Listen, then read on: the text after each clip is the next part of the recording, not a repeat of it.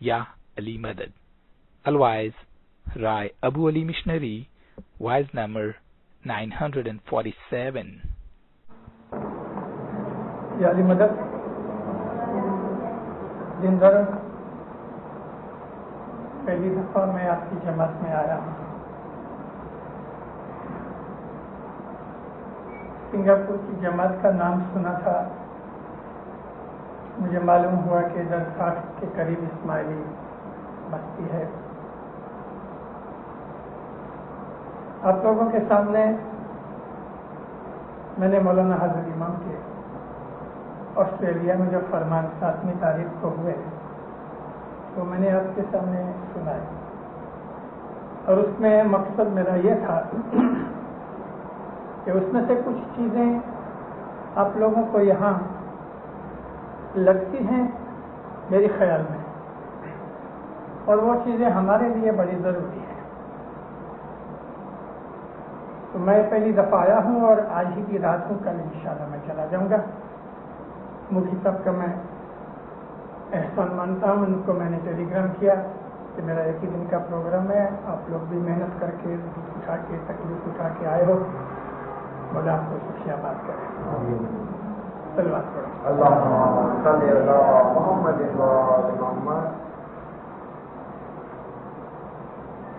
مولانا حضرت امام آسٹریلیا کے اندر جو فرمان فرمائے اس کے اندر خاص چیز آپ کے لیے یہ ہے. امام فرمایا کہ آسٹریلیا نیوزی لینڈ میں میرے بچے بہت بڑی جگہوں کے اوپر پھیلے ہوئے ہیں, یعنی کہ سڈنی میں تقریباً 80 جیو ہیں, کف ہاربر میں, برسبین میں, ملبورن میں, پرتھ میں, ایسا جدی جدی جگہوں کے اوپر تقریباً 125 اسماعیلی آسٹریلیا میں ہیں, اور نیوزی لینڈ کے 3 شہروں کے اندر 30 اسماعیلی ہیں. تو تھوڑی 150 سے زیادہ کی جماعت بنتی ہے. امام فرمایا کہ یہاں تم بہت دور ہو, اور دور ہونے کی وجہ سے جو ہماری مین اسٹریم ہے, مثال انڈیا پاکستان ہے یا یورپ اور کینیڈا وغیرہ ہے, اس سے تم لوگ بہت دور ہو گئے ہو.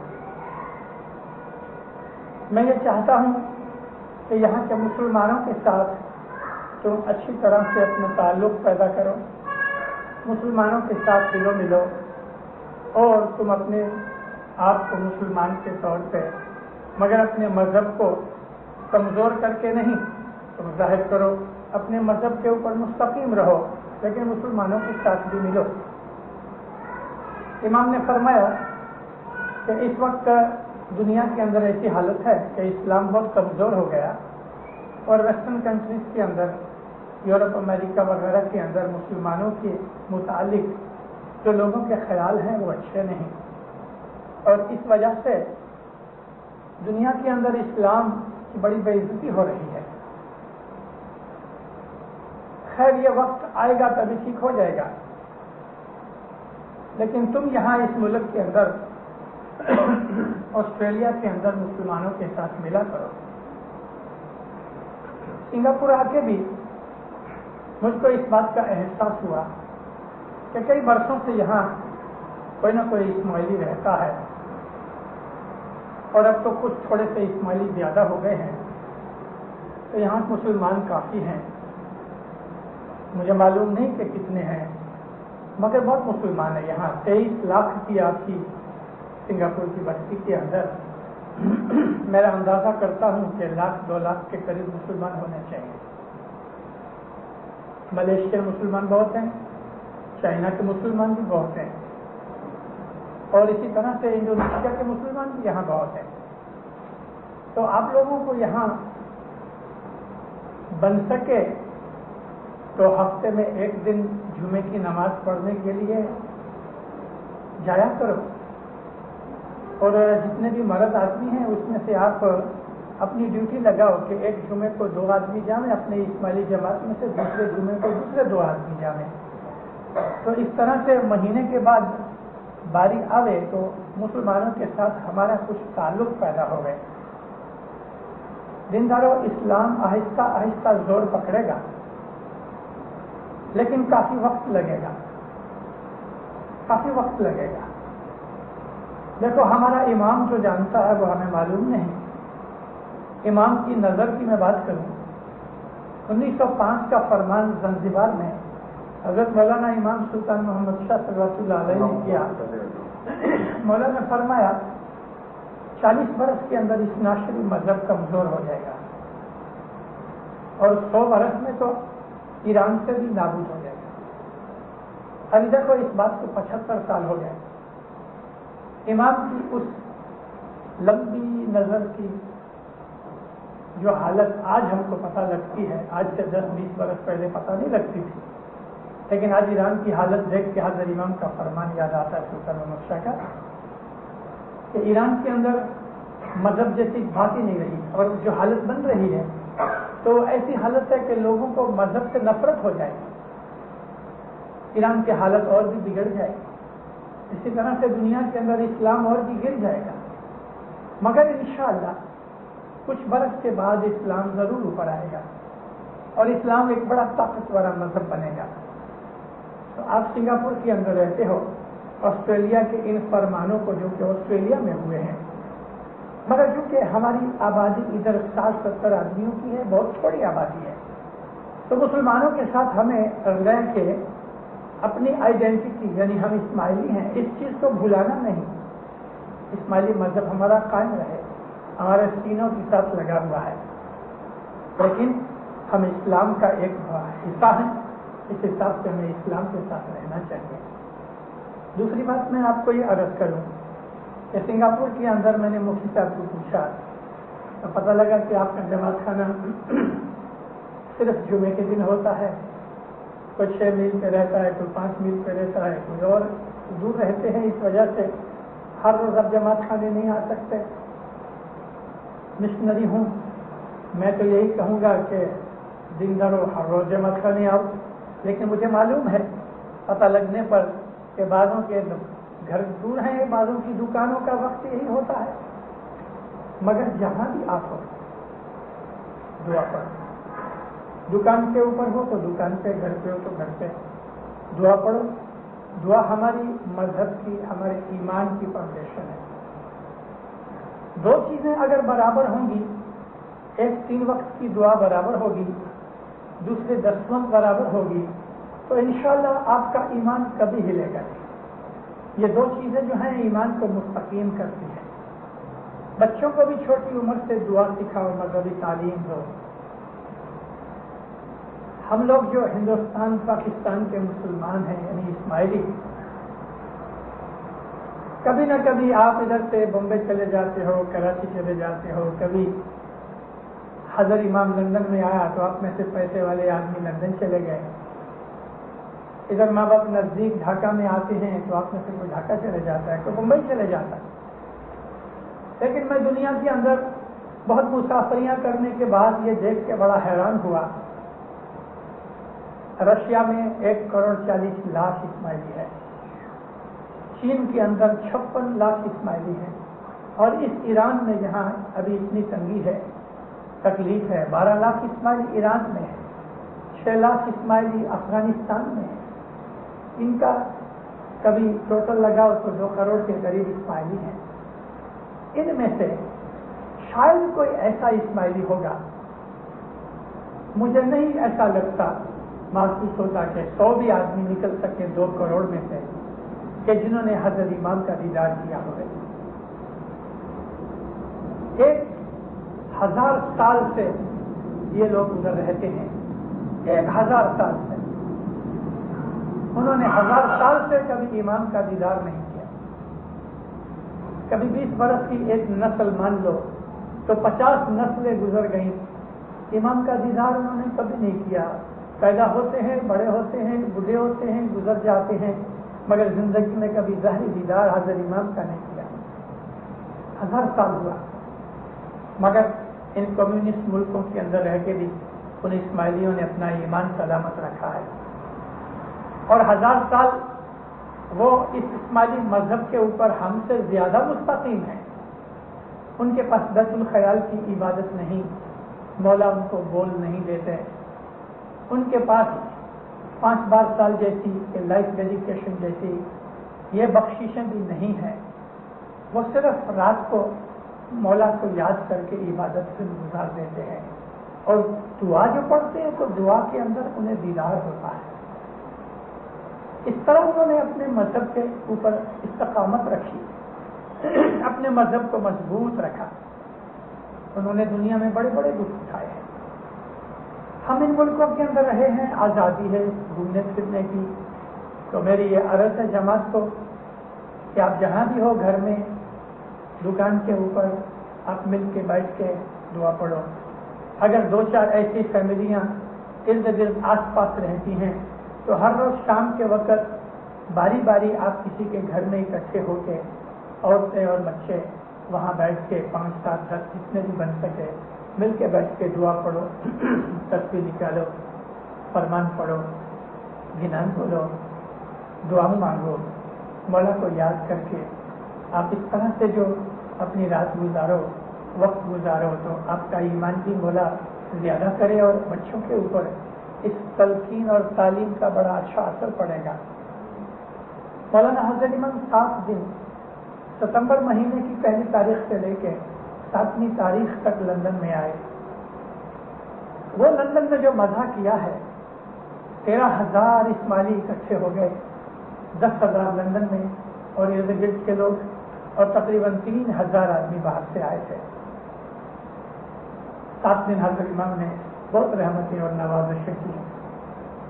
ان 7 دنوں کے اندر امام نے بعض ایسے فرمان کیے ہیں جو فرمان میں آپ کو سناتا ہوں. میرے پاس اس کی جو ٹیپ تھی میں نے لندن سے اور بھی چیزوں کے ساتھ پوسٹ کر کے دار السلام بھیج دی, وگرنہ میں آپ کو وہ بھی سناتا. میں جب لندن تھا تو مجھے یہ خیال نہیں تھا کہ میں سنگاپور جاؤں گا. میرے پروگرام کے اندر سنگاپور آسٹریلیا آنے کے بعد ہوا. مولانا حضرت امام نے لندن کے اندر فرمایا, اور یہ چیز خاص طور پہ جو آپ مرد لوگ بیٹھے ہو, جو بیپار کرتے ہو, ان کے لیے, اور بڑی عمر کی جو بھائیاں ہیں ان کے لیے. امام فرمایا کہ آج کچھ برسوں سے میں تمہیں فرمان کرتا آیا ہوں کہ دنیا کے اندر مندی ہوگی, بلکہ مندی جاری ہو گئی ہے. یہ مندی بہت لمبا عرصہ چلے گی. تم لوگ سوچ نہیں سکتے اتنا لمبا عرصہ چلے گی. مولا فرمایا کہ بعض ایسے ملک ہیں کہ جو اس مندی کو روکنے کی کوشش کر رہے ہیں. صاحب نے نام نہیں دیا, مگر میں آپ کو کہتا ہوں, America, Germany, France, Switzerland, Canada, Britain, یہ سب ملک مل کے کوشش کر رہے ہیں کہ کسی طرح سے مندی رک جائے. مولانا حضرت امام نے فرمایا کہ بعض ملک جو انڈسٹریلسٹ ملک ہیں وہ مندی کو روکنے کی کوشش کرتے ہیں, لیکن یہ مندی نہیں رکے گی. وہ لوگ آئے گی اور لمبا عرصہ چلے گی. اس کا اثر جو غریب ممالک ہیں ان کے اوپر بھی پڑے گا, اور جہاں میری جماعتیں بہت رہتی ہیں ان کے اوپر بھی اس چیز کا اثر پڑے گا. تو میں تمہیں فرماتا ہوں کہ اس سمے سے, اس وقت عرصے سے جو ابھی سے شروع ہو جاتا ہے, تم بہت ہی کفایت شعاری سے کسر کر کے, فضول خرچے سے اپنے ہاتھ اٹھا کے پیسہ بچاؤ, اور تمہارا خرچ جتنا بن سکے کم سے کم خرچ رکھو. تمہارے پاس اگر پیسہ ہوگا تو تمہارے دلوں کے اندر تقویت رہے گی. مولا فرمایا کچھ بھی خرچ کرو, بہت سوچ سمجھ کے خرچ کرو, ایسا نہ ہو کہ بعد میں تمہیں پچھتانا پڑے. اب میں آپ کو مولا کے ان فرمانوں کے ساتھ ایک چھوٹا سا واقعہ سناتا ہوں. مہمانیاں جاری تھی لندن میں. ایک اکیلا لڑکا مہمانی لے کے گیا, اس کی کوئی فیملی میں ادھر کوئی تھا نہیں. مولا نے اس کو کچھ پوچھنا تھا, پوچھا, چلو مہمانی قبول ہوئی, دعا سیکھ دی. لڑکا جانے لگا, ماں باپ نے جھک کے لمبا ہو کے ہاتھ سے اس کا ہاتھ پکڑ کے واپس کھینچا. اس کے ہاتھ میں بڑی خوبصورت گھڑی تھی. صاحب نے پوچھا یہ گھڑی بہت اچھی ہے, کہاں سے لی؟ کہتے صاحب ادھر سے لی.